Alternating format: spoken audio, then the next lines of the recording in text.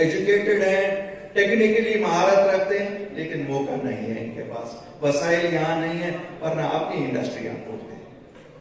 میں اپنے خاص مسلم سمدائی سے یہاں ایک آج عرض کرنا چاہتا ہوں.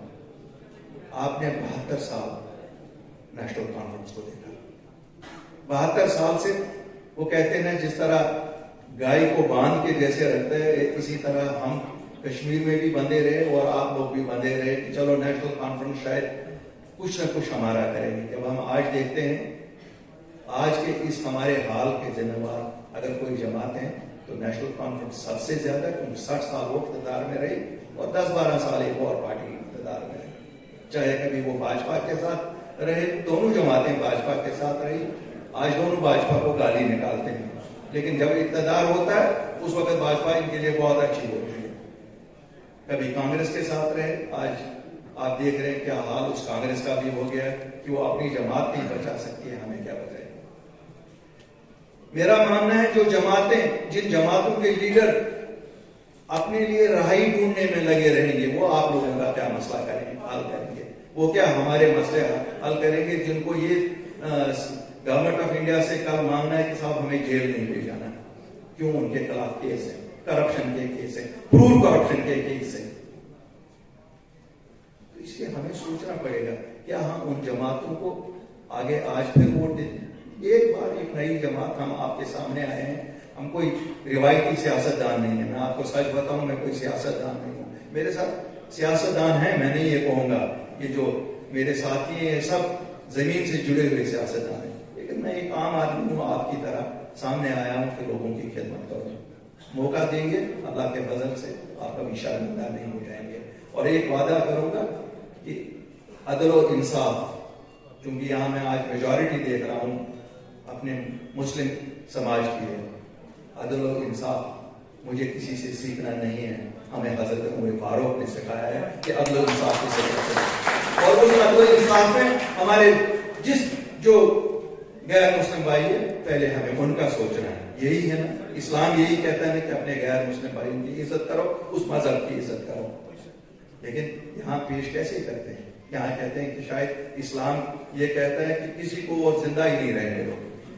ایسی بات نہیں, یہ تو امن کا مذہب تھا, اور امن کے مذہب کو ہی ہم سب مانتے ہیں. جو بھی جس مذہب کو مانتا ہے, ہر مذہب میں یہی لکھا ہے کہ امن شانتی. بھائیو, اس سرکار نے روز نئے چونچ لی, مجھے کسی سے سیکھنا نہیں ہے, ہمیں حضرت عمر فاروق نے سکھایا ہے کہ عدل و انصاف سے سیکھنا. اور اس عدل و انصاف میں ہمارے جو غیر مسلم بھائی ہے, پہلے ہمیں ان کا سوچنا ہے. یہی ہے نا, اسلام یہی کہتا ہے کہ اپنے غیر مسلم بھائیوں کی عزت کرو, اس مذہب کی عزت کرو. لیکن یہاں پیش کیسے کرتے ہیں, یہاں کہتے ہیں کہ شاید اسلام یہ کہتا ہے کہ کسی کو اور زندہ ہی نہیں رہنے دو. ایسی بات نہیں, یہ تو امن کا مذہب تھا, اور امن کے مذہب کو ہی ہم سب مانتے ہیں. جو بھی جس مذہب کو مانتا ہے, ہر مذہب میں یہی لکھا ہے کہ امن شانتی.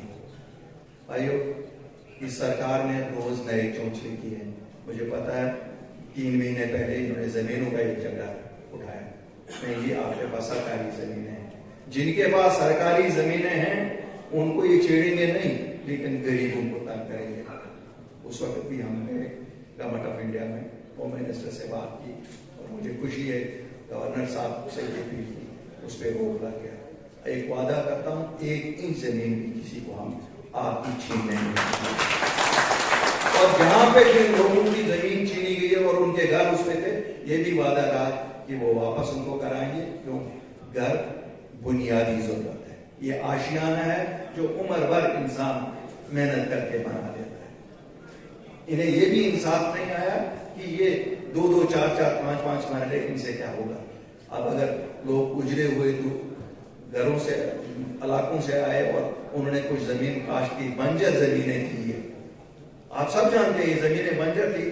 آپ کی محنت نے, آپ کا لہو اس میں لگا, آپ کا خون اس میں لگا, تو آج آپ وہاں فصل اگا رہے ہیں. آج ان کو وہ زمینیں دکھ رہی ہیں, بہت اچھی زمینیں, لیکن ان کو وہ دن یاد نہیں ہے کہ کس طرح سے انہوں نے اپنے لہو اور پسینے سے ان زمینوں کو آباد کیا.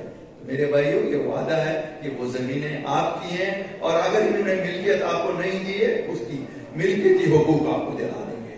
یہ آپ کا حق ہے, اور آپ کے بنا اور کسی کا نہیں.